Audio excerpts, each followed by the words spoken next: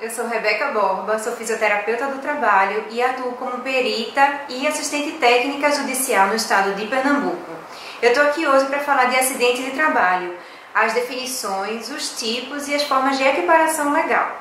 Então, para começar, a Lei 8213 de 1991 é a que regulamenta a Previdência Social no Brasil.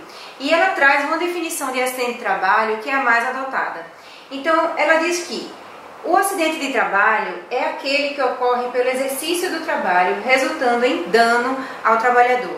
Então, a gente precisa observar que, para que seja considerado acidente de trabalho, é necessário que o acidente gere um dano ao trabalhador. Esse dano pode ser uma lesão corporal ou uma perturbação funcional. E este dano tem que causar ou a morte ou a perda ou redução permanente ou temporária da capacidade para o trabalho. Então é importante observarmos que o acidente que não gera dano ou mesmo o acidente que não gera perda da capacidade funcional para o trabalho, ele não é considerado acidente do trabalho pela legislação vigente do país. Então, para sua caracterização, é necessário que haja uma relação entre o acidente sofrido e as atividades laborais. Esse elo entre a lesão ou perturbação funcional e as atividades laborais do trabalhador é o que a gente chama de nexo. Mais para frente eu vou fazer um vídeo somente falando sobre nexo de causalidade, nexo de concausalidade, tá certo? Então, quais são os tipos de acidente de trabalho? Eu separei aqui os 3 principais tipos de acidente de trabalho. O primeiro deles são os acidentes típicos, ou seja, são os acidentes que ocorrem durante a execução do trabalho e durante o expediente laboral. São de causas súbitas e inesperadas, ou seja, é aquele trabalhador que cai da altura de um andaime, é o trabalhador que é atingido por uma barra de ferro, são aqueles acidentes de forma súbita e inesperada durante a jornada de trabalho. Já o segundo tipo de acidente são os acidentes de trajeto ou percurso, ou seja, é quando o trabalhador sofre algum acidente no seu caminho do trabalho para casa ou de casa para o trabalho. E o terceiro tipo de acidente de trabalho são as doenças ocupacionais. Essas doenças elas são deflagradas em razão dos processos de trabalho. E elas se estabelecem geralmente de forma insidiosa, ou seja, são aquelas doenças que no começo não aparentam gravidade. E aí, na maioria das vezes, os trabalhadores não procuram atendimento médico, não procuram realizar tratamento de fisioterapia, medicamentoso de forma precoce, e elas vão se instalando e vão se agravando de forma crônica. Ainda assim, as doenças ocupacionais, elas podem ser subdivididas em 2 grupos principais. O primeiro deles são as doenças profissionais. Então, muita atenção nessa hora, porque a diferença entre elas é muito sutil. As doenças profissionais, elas são desencadeadas pelo exercício do trabalho peculiar a determinada atividade. Por exemplo, silicose. Só tem silicose quem está exposto à sílica. E para que se tenha silicose, é necessário estar exposto à sílica. Já a doença do trabalho, ela é adquirida em função de condições especiais em que o trabalho está sendo realizado, por exemplo, as leis Dortes. Então, ela depende das condições especiais, ou seja, as condições, por exemplo, não ergonômicas, que por exemplo, uma costureira pode estar sendo submetida, e aí então ela vai desenvolver lei Dort.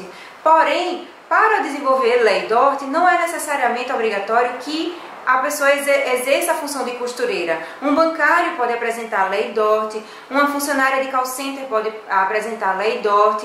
Ou seja, o desenvolvimento dessa doença está muito mais relacionado com a forma em que o trabalho está sendo realizado, ou seja, condições ergonômicas inadequadas, jornadas excessivas de trabalho, dentre outros fatores. Outro exemplo de doença do trabalho são as perdas auditivas decorrentes de ruído excessivo no ambiente laboral. Mais uma vez, as condições do trabalho, ou seja, de ruído excessivo, é que ocasiona o adoecimento, no caso, a perda auditiva. Então vocês podem observar que a diferença entre doença profissional e doença do trabalho ela é muito sutil. Por isso há muitos autores que preferem denominar doenças ocupacionais, já abrangendo esses dois grupos. No site, no www.unapcursos.com, esse que está o link aqui embaixo, vocês vão encontrar um artigo escrito sobre acidentes de trabalho, em que nele é possível se ter acesso à lista da Previdência Social e do Ministério da Saúde acerca de todas as doenças consideradas como ocupacionais do Brasil. E ainda, o que não é considerado doença do trabalho. Então a lei diz que a doença degenerativa, a inerente ao grupo etário, a que não produz incapacidade laborativa, a endêmica adquirida por segurado habitante de região em que ela se desenvolve, tipo zika e dengue, essas não são consideradas doenças do trabalho. E para finalizar, quais são as equiparações legais? Então a lei prevê algumas situações em que se equiparam a acidente de trabalho. Eu trouxe aqui algumas delas. Mais uma vez, no site unapcursos.com, vocês podem encontrar a lista, o artigo contendo todas as formas de equiparação legal. Então o primeiro deles é aquele acidente que está ligado ao trabalho, embora o trabalho não tenha sido a causa necessária, primordial, única para o desenvolvimento do adoecimento, que são os nexos de concausalidade. Então é aquela doença em que o trabalho não é a causa única para o adoecimento, porém ele contribuiu para o seu surgimento precoce ou agravamento. Então nesses casos a lei também considera como acidente de trabalho.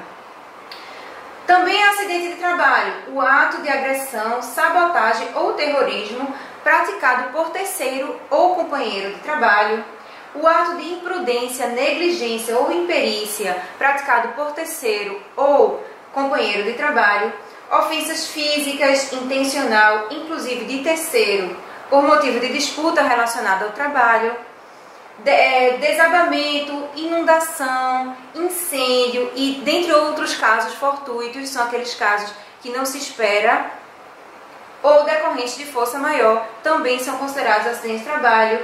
Quando o trabalhador está realizando viagem a serviço da empresa, seja no próprio carro ou em veículo cedido pela empresa, também é considerado acidente de trabalho.